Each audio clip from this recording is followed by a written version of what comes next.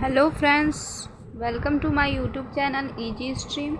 आज के इस वीडियो में हम बात करने वाले हैं इतिहास के पाठ्य योजना की। पिछले वीडियो में हम लोगों ने जीव विज्ञान और पदार्थ विज्ञान की पाठ्य योजना तैयार की थी। आज से हम लोग इतिहास की पाठ्य योजना तैयार करेंगे। तो चलिए शुरू करते हैं। सबसे पहले इसमें भी आप पाठ्य योजना का क्रमांक लिखेंगे, फिर लिखेंगे विद्यालय का नाम, जिस भी विद्यालय में आप शिक्षक का कार्य कर रहे हैं, फिर दिनांक, विषय, उपविषय, कक्षा, कालांश, अवधि। दिनांक में जिस दिन आप टीचिंग का कार्य कर रहे हैं, विषय में जो भी आपका सब्जेक्ट है, उपविषय में जो भी आपका उपविषय है, कक्षा जिस कक्षा के लिए आप टीचिंग कर रहे हैं, कक्षा 7th 8th 9th जो भी हो, कालांश में जिस पीरियड में आप टीचिंग कर रहे हैं, और अवधि जितना देर आप टीचिंग में ले रहे हैं। ठीक है। फिर लिखते हैं प्रकरण। प्रकरण है हमारा आदि मानव। तो प्रकरण लिखने के बाद हम उद्देश्य को लिखते हैं। उद्देश्य में दो तरह का उद्देश्य होता है, एक सामान्य उद्देश्य और एक विशिष्ट उद्देश्य। सामान्य उद्देश्य हमारे सब्जेक्ट से रिलेटेड होता है, तो इसमें आप लोग लिखेंगे पहला, छात्रों में इतिहास विषय के प्रति रुचि जागृत करना। दूसरा लिखेंगे छात्रों को अतीत के प्रति परिचित कराना। तीसरा लिखेंगे छात्रों की कल्पना शक्ति का विकास करना। चौथा लिखेंगे छात्रों को भारतीय प्राचीन संस्कृति से परिचित कराना। पांचवा, छात्रों में राष्ट्रीयता की भावना जागृत करना। छठवां, छात्रों में इतिहास विषयों के प्रति रुचि उत्पन्न करना। सातवां लिखेंगे छात्रों की मानसिक शक्ति का विकास करना। आठवां लिखेंगे छात्रों में खोज की क्षमता विकसित करना। फिर आता है विशिष्ट उद्देश्य। विशिष्ट उद्देश्य में आप लिखेंगे बच्चे मानव के विकास क्रम से परिचित होंगे। दूसरा, बच्चे पाषाण काल के बारे में तथा उसके विभाजन के बारे में जानकारी प्राप्त करेंगे। तीसरा, बच्चे आदि मानव के बारे में जानकारी प्राप्त करेंगे। उद्देश्य लिखने के बाद हम शिक्षण विधि लिखते हैं। शिक्षण विधि जो भी टीचिंग का मेथड आप पढ़ाने के लिए यूज करेंगे, जैसे कि इसमें प्रश्नोत्तर और स्पष्टीकरण विधि या व्याख्यान विधि का प्रयोग किया गया है। फिर लिखेंगे आप सहायक सामग्री, जो भी आप टीचिंग के लिए जो भी टीचिंग मटेरियल यूज करेंगे, जैसे कि मानव विकास क्रम का चित्र तथा उनमें हुए परिवर्तन का चित्र। फिर आएगा पूर्व ज्ञान। पूर्व ज्ञान में आप लिखेंगे छात्र मानव के अतीत के बारे में सामान्य जानकारी रखते हैं। फिर आता है प्रस्तावना का प्रश्न। प्रस्तावना का प्रश्न हम अपना प्रकरण निकलवाने के लिए बनाते हैं।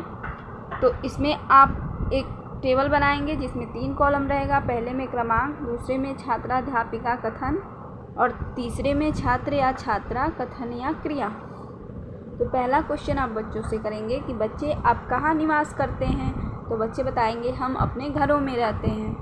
फिर दूसरा प्रश्न आप करेंगे हिरन, शेर, भालू इत्यादि जानवर कहाँ रहते हैं, तो बच्चे बताएंगे जंगलों में रहते हैं। फिर आप तीसरा प्रश्न करेंगे जंगल में और क्या होता है, तो बच्चे बताएंगे पेड़ पौधे, फल और जानवर। फिर आप चौथा प्रश्न करेंगे कि मनुष्य प्रारंभ में कहाँ रहता था और क्या खाता था, तो बच्चे मौन हो जाएंगे। फिर आप अपना स्पष्टीकरण देंगे। फिर आता है उद्देश्य कथन।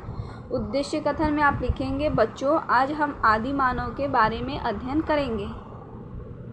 फिर उद्देश्य कथन के बाद प्रस्तुतिकरण लिखते हैं। प्रस्तुतिकरण में भी आपको एक टेबल बनानी है जिसमें 4 कॉलम रहेगा। पहले में क्रम संख्या, दूसरे में शिक्षण बिंदु, तीसरे में छात्राध्यापिका कथन या क्रिया, चौथे में छात्र या छात्रा कथन या क्रिया।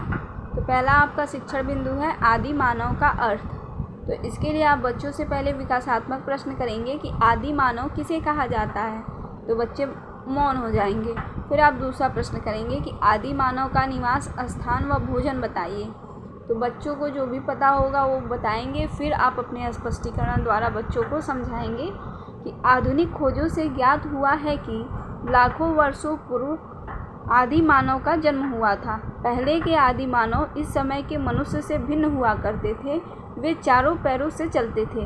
वह अनाज के अभाव में कच्चे मांस, फल फूल इत्यादि का सेवन किया करते थे तथा उस समय वस्त्र आदि न होने के कारण वह निर्वस्त्र रहते थे। वही आदि मानव कहलाते थे। छात्र क्रिया में छात्र ध्यान पूर्वक सुनेंगे। फिर आप बच्चों से बोधात्मक प्रश्न करेंगे कि आदि मानव का वेशभूषा बताइए, तो बच्चे बताएंगे वो बिना कपड़ों के रहते थे, कच्चा मांस खाते थे। ठीक। फिर आता है आपका दूसरा शिक्षण बिंदु आदि मानव का परिवर्तन। तो इसके लिए पहले आप बच्चों से प्रश्न करेंगे कि मनुष्य सबसे पहले कैसे चलते थे। तो बच्चे बताएंगे 4 पैरों से चलते थे। फिर आप विकासात्मक प्रश्न करेंगे कि पहले आदि मानव कहाँ रहते थे। तो बच्चे मौन हो जाएंगे। फिर दूसरा प्रश्न करेंगे आदि मानव का मुख्य आहार क्या था। तो बच्चों को पता होगा तो बताएंगे, नहीं तो मौन हो जाएंगे। फिर आप अपना स्पष्टीकरण देंगे कि पहले मानव गुफाओं में रहते थे तथा पेड़ों पर चढ़कर रहते थे। फिर वे जंगल में इधर उधर भटकने लगे। फिर धीरे धीरे उनमें कुछ परिवर्तन आया जिससे वे 2 पैरों पर चलने लगे और 2 पैर हाथ के उपयोग में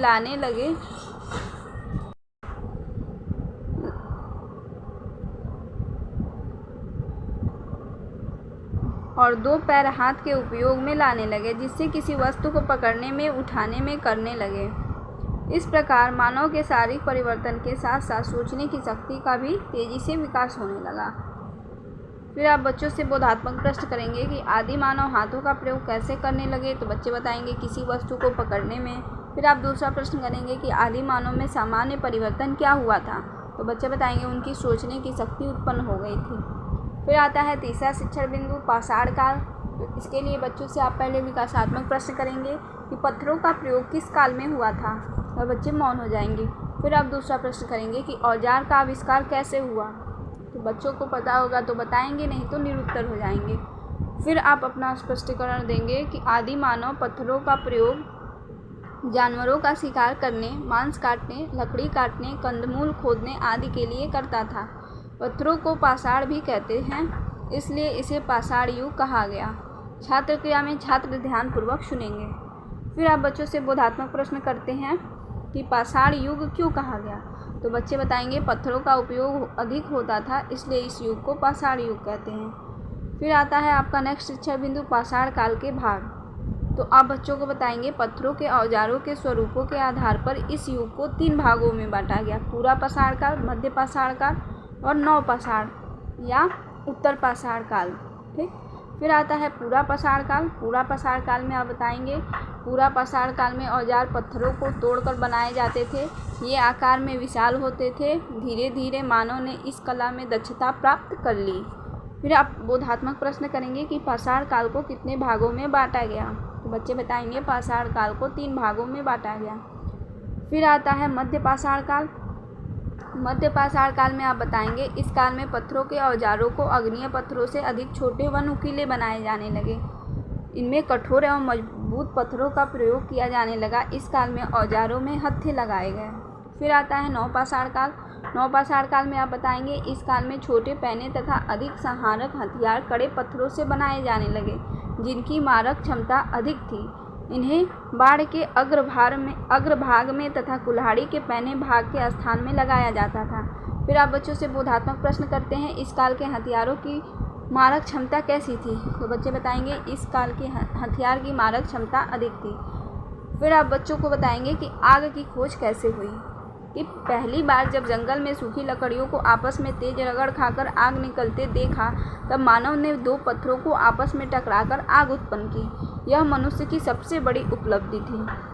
तो आप लास्ट में बच्चों से बोलेंगे कि बच्चों आज हमने आदि मानव के बारे में विस्तार से पढ़ा।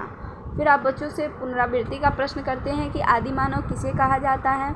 दूसरा, पहले आदि मानव कहाँ रहते थे। तीसरा, पाषाण युग क्यों कहा गया। और चौथा, पाषाण काल को कितने भागों में बांटा गया। 5वां, आग की खोज कैसे हुई। श्यामपट्ट काल में आप जो भी चैप्टर पढ़ाएं उसका सारांश लिख देंगे। मेन जो पॉइंट है, आदि मानव जंगलों में रहा करते थे, तब मनुष्य 4 पैरों पर चला करते थे, पेड़ों के ऊपर तथा गुफाओं में रहा करते थे। पाषाण काल को 3 वर्गों में बांटा गया है, पूरा पाषाण काल, मध्य पाषाण काल और नवपाषाण काल। कक्षा कार्य में आप दे सकते हैं रिक्त स्थानों की पूर्ति कीजिए। पत्थरों के युग को क्या कहा जाता था। पत्थरों को रगड़ने से किसकी खोज हुई। नवपाषाण काल तक आदि मानव ने किसका खोज किया। फिर इसकी खोज आदि मानव के लिए वरदान साबित हुआ, किसकी खोज। ठीक। गृह कार्य के लिए आप दे सकते हैं आदि मानव के विकास के क्रम की सूची बनाइए। तो थैंक यू फॉर वॉचिंग। आज के वीडियो में बस इतना ही। नेक्स्ट वीडियो में हम नेक्स्ट लेसन प्लान के साथ मिलेंगे।